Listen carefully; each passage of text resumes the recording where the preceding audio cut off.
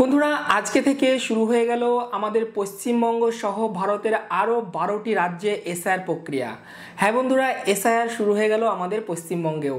তো এই এসআইআর নিয়ে কিন্তু আমাদের মধ্যে অনেক রকমের প্রশ্ন রয়েছে। আমরা কিন্তু অনেকেই ভয়ের মধ্যে রয়েছি যে হয়তো এসআইআরে আমাদের নামটি কেটে যাবে কিনা, বা এসআইআরে কি হবে কি হবে না।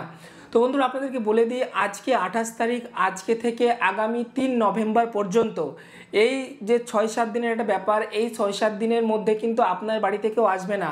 আমরা ভাবছি যে এসআইআর আজ থেকে শুরু হয়ে গেল মানেই হয়তো আমাদের বাড়িতে আজকেই কোনো ইলেকশন কমিশনের লোক চলে আসবে বা কোনো বিএলও চলে আসবে আমাদের ভোটার তথ্য যাচাই করার জন্য, কিন্তু এমনটা একেবারেই নয়। আজ থেকে অর্থাৎ আজকে 28 তারিখ, আজকে থেকে আগামী 3 নভেম্বর পর্যন্ত আপনার বাড়িতে কেউ আসবে না। 28 তারিখ থেকে আগামী 3 নভেম্বর পর্যন্ত এটা এসআইআর করার জন্য যে একটা ফর্ম লাগবে, সেই ফর্মটাকেই প্রিপেয়ার করা হবে। কি ফর্ম লাগবে? এখানে একটা ফর্ম স্পেশালি এসআইআরের জন্য ডিজাইন করা হয়েছে এবং এই ফর্মটাতে প্রত্যেকটা ভোটারের তথ্য থাকবে। মানে কি?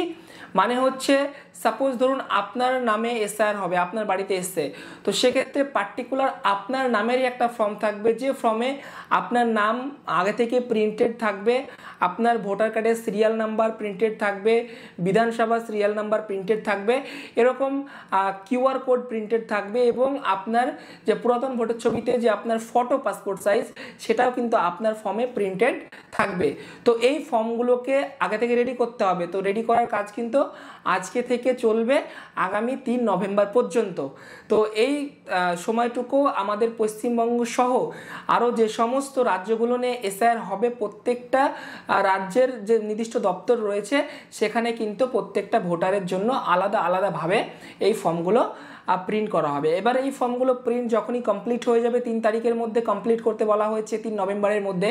এবার যখনই 3 নভেম্বর কমপ্লিট হয়ে যাবে, তখন কী হবে, 4 নভেম্বর থেকে আগামী 4 ডিসেম্বর পর্যন্ত দীর্ঘ 1 মাস, এই 1 মাসের মধ্যে যে কোনো সময় কিন্তু আপনার বাড়িতে নির্বাচন কমিশন থেকে বা বিএলও আপনার বাড়িতে তারা ভিজিট করবে, আপনার যাবতীয় ডকুমেন্ট তারা যাচাই করবে, ভেরিফাই করবে, এবং আপনাকে তারা ফর্মটা দেবে, এবং ফর্মটা যাবতীয় যথাযথভাবে ফিল আপ করে তারা আপনার সিগনেচার নিয়ে ফর্মে আর একটা ছবি লাগিয়ে তারা নিয়ে যাবে। এই হচ্ছে পুরো প্রসেস। এবার দেখুন, যেহেতু বিএলওরা আপনাদের বাড়িতে ভিজিট করবে, 4 নভেম্বর থেকে শুরু হবে ভিজিট করা। এবার 4 নভেম্বর শুরু হচ্ছে মানে এমন নয় যে আপনার বাড়িতে 4 নভেম্বর যাবেই যাবে, এরকম কিন্তু নয়। 4 নভেম্বর থেকে স্টার্ট হচ্ছে এবং চলবে 4 ডিসেম্বর পর্যন্ত। এই দীর্ঘ 1 মাস 30 দিন পর্যন্ত সময় লাগবে পুরো এসআইআরটা কমপ্লিট হতে আমাদের পুরো পশ্চিমবঙ্গে। এবার এই টাইমের মধ্যে বিভিন্ন জায়গাতে তারা নিজেদের মতো করে ভাগ ভাগ করে যাবে, কোন এলাকায় কবে যাবে সেটা কিন্তু নির্দিষ্ট করে কোনো কিছুই বলা নেই। তো আপনাকে রেডি থাকতে হবে, 1 মাস যে কোনো সময় আপনার কাছে কিন্তু আসবে, আপনাকে বাড়িতে থাকার চেষ্টা করতে হবে। এবার দেখুন, এরকম নয় যে আপনার বাড়িতে একবার আসলো, আপনাকে পেলো না, তারা চলে গেল, আর আসবেন, এরকম নয়। আপনার বাড়িতে টোটাল 3 বার তারা অ্যাটেম্প নেবে। অর্থাৎ ফার্স্ট একবার আসবে, যদি আপনাকে না পায়, সেকেন্ড টাইম আসবে, তাও যদি না পায়, থার্ড টাইমও তারা আসবে। 3 বার আপনার বাড়িতে আসবে। যদি 3 বার না পায় তাহলে কিন্তু আপনার কোনো অস্তিত্ব নেই, তাই বলে কিন্তু ভোটার লিস্ট থেকে আপনার নামটা হেঁটিয়ে দেবে। এই হচ্ছে পুরো ব্যাপার। তো এবার যখন এসআইআর হবে, এসআইআর এর সময় কিন্তু বন্ধুরা বিএলওরা আপনার বাড়িতে আসবে, এবং সেই ফর্মটি যেটা তারা প্রিন্ট করছে, আজ থেকে শুরু হয়েছে, ওই প্রিন্ট করা ফর্মটিকে বলা হচ্ছে ইনামিনেশন ফর্ম। তো সেই ইনামিনেশন ফর্মটাকে তারা নিয়ে আসবে, নিয়ে এসে সেখানটায় যার নামে ফর্মটা থাকবে, যার ছবি থাকবে, তাকে সামনে তারা দেখবে, দেখে তার ভোটার কার্ডের নাম্বার অত থাকবে, বিধানসভার নাম্বার, সিরিয়াল নাম্বার, সমস্ত কিছু থাকবে লেখা, এবং তার ছবিও থাকবে, সেটাও ম্যাচ করাবে, করিয়ে তার একটা বর্তমান রিসেন্ট পাসপোর্ট সাইজ ফটো কিন্তু তুলে রাখতে হবে। আপনাদের সকলকে বলছি, আপনারা কিন্তু একটা পাসপোর্ট সাইজ ফটো তুলে রাখুন আগে থেকেই, না হলে প্রচণ্ড তাড়াহুড়ো লেগে যাবে, এমন একটা সময় আসবে। তো পাসপোর্ট সাইজ ফটো তারা একটা নেবে, সেটা আপনার ফর্মে চিপকে দেবে, এবং ফর্মটাকে তারা জিজ্ঞেস করবে ডিটেলস, আর তারা ফিল আপ করবে, পুরো ফর্মটাকে তারা ফিল আপ করবে। এবং এই ফর্মে কিন্তু নতুন একটা জিনিস অ্যাড হয়েছে, সেটা হচ্ছে যে লাস্ট এসআইআর হয়েছিল আমাদের পশ্চিমবঙ্গে, সেই এসআইআরে আপনার নাম ছিল কিনা। যদি আপনার নাম থাকে তো সেই ফর্মে কিন্তু নির্দিষ্ট জায়গা আছে, সেখানটায় কিন্তু নির্দিষ্ট জায়গাতে আপনার ডিটেলসগুলো ফিল আপ করতে হবে। হ্যাঁ, এবার ধরুন আপনার নাম নেই লাস্ট এসআইআর যে হয়েছিল সেই লিস্টে 2000 সালে, তাহলে কি করবেন? তাহলে তারা আপনাকে অপশন দেবে, আপনার বাবার ছিল কিনা দেখুন, বা আপনার মায়ের ছিল কিনা দেখুন, বা আপনার দাদুর বা এরকম কোনো আপনার আত্মীয় ছিল কিনা দেখুন, সেটা তারা আপনাকে বলবে। এবার আপনাকে আগে থেকেই 2002 সালের ভোটার লিস্ট আপনাকে বের করে রাখবেন, আপনি খুঁজে রাখবেন যে কার আপনার আছে, আপনার কার সাথে আপনার ম্যাচিং করছে আপনার বংশের সাথে, সেটা কিন্তু আগে থেকে আপনি খুঁজে রেখে দেবেন 2002 সালের ভোটার লিস্ট ডাউনলোড করে। ডাউনলোড করার লিঙ্ক কিন্তু এই ভিডিও ডেসক্রিপশন বক্সে আমি দিয়ে দিব, সেখান থেকে আপনি ডাউনলোড করে আগে থেকে রেডি করে রাখবেন। দিয়ে আপনার যদি না থাকে তাহলে আপনার যেটা থাকবে আপনার বংশের, যদি আপনার বাবার থাকে তাহলে সেই ফর্মে কিন্তু আপনার বাবার ওখানে ডিটেলসটা ফিল আপ করতে হবে, যে জায়গাটাতে আগের মানে প্রিভিয়াস যে হয়েছিল এসআইআর, সেই এসআইআর এর ডিটেলসের জায়গাতে। এবার সেখানটায় যদি আপনার বাবার দেন তাহলে ওখানে একটা রিলেশন বলে জায়গা আছে, যে ওনার সাথে আপনার কি সম্পর্ক, তাহলে অবশ্যই বাবা হবে। যদি আপনার দাদু থাকে তাহলে ওখানে দাদু দিতে হবে, মা থাকলে মা দিতে হবে, যেটা হবে সেই সম্পর্কটা সিলেক্ট করতে হবে। এছাড়া ফর্মে কিন্তু তেমন কিছু আর নেই, বেসিক কিছু ইনফরমেশন থাকবে যেটা আপনার ভোটার কার্ড থেকেই বলে বলে বা দেখে দেখে তারা ফিল আপ করে নেবে। এবং সবার শেষে কিন্তু সেখানে আপনাকে একটা সিগনেচার করতে হবে বা টিপসই লাগাতে হবে, লাগালেই কিন্তু আপনার ফর্মটা এখানে কমপ্লিট হয়ে যাবে এবং বিএলওরা এটা কিন্তু সাকসেসফুলি ভেরিফাই করে ফেলবে।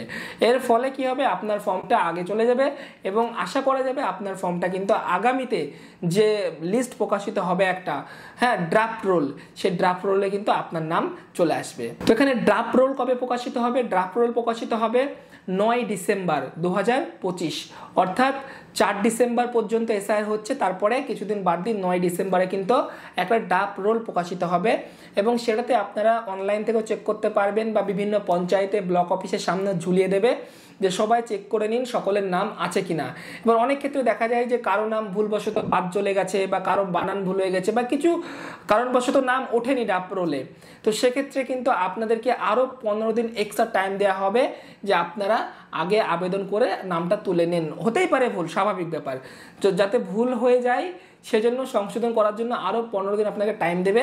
তারপরে কিন্তু 15 দিন আপনারা ওটা আবার ঠিকঠাক করে সমস্ত কিছু করার পর যে লাস্ট একদম ফাইনাল ভোটার তালিকা প্রকাশিত হবে সেটা হচ্ছে ফেব্রুয়ারি মাসের 7 তারিখ 2026 সালের ফেব্রুয়ারি মাসের 7 তারিখে কিন্তু ফাইনাল ভোটার লিস্ট প্রকাশিত হবে। তো এবার আপনাদেরকে বলে দিই, এই যে এসআইআর হচ্ছে বন্ধুরা, এখানে কাদের ভয় থাকছে, ভয় লাগার বিষয় একটা আছে, আর কাদের এখানে ভয় লাগার কোনো ব্যাপার নেই। তো প্রথমে বলে দিই, যদি আপনার পরিবারের যে কোনো ব্যক্তির 2002 সালের ভোটার লিস্টের নাম থাকে তাহলে এখানে আপনাদের চিন্তা করার কোনো কারণ নেই। যদি আপনি নিজে আবেদন করছেন, আপনার যদি লিস্টের নাম থাকে কোনো চিন্তা নেই, আপনার বাবার যদি নাম থাকে কোনো চিন্তা নেই, আপনার দাদুর যদি নাম থাকে তবুও কোনো চিন্তা নেই, যদি 2002 সালের ভোটার লিস্টে নাম থাকে তাদের। এবার যে কোনো একজনের থাকলেই হবে, সবার থাকলে তো কোনো ব্যাপারই নেই, যে কোনো একজনের থাকলেও কিন্তু তারটা ধরে ধরে সবাই মানে চেন হয়ে একসঙ্গে ঝুলে যাবে, তো হয়ে যাবে। এবং সেক্ষেত্রে কিন্তু কারোরই কোনো রকমের এক্সট্রা কোনো ডকুমেন্ট লাগবে না, জাস্ট ওই 2002 সালের ভোটার কপির জেরক্সটা লাগবে আর ফর্মটা ফিল আপ আর একটা কপি ছবি আর সিগনেচার, ব্যাস, আর কিছু লাগবে না। এবার এখানে চিন্তার বিষয়, ভয়ের বিষয় হচ্ছে তাদের যাদের বন্ধুরা 2002 সালের ভোটার লিস্টে নাম নেই। ধরুন আপনার নাম নেই, ঠিক আছে, মানা গেল নাম নেই, তাহলে আপনার বাবার নিশ্চয়ই থাকবে। ধরুন আপনার বাবারও নেই, ঠিক আছে, আপনার বাবার নেই, আপনার দাদুরও নেই, তাহলে বন্ধুরা সমস্যায় আপনাকে পড়তে হবে। মানে আপনার বংশের কারোরই মনে করেন 2002 সালের ভোটার লিস্টে নাম নেই, তো সেক্ষেত্রে কিন্তু একটা বড় সড়ো সমস্যার মধ্যে আপনাকে পড়তে হবে।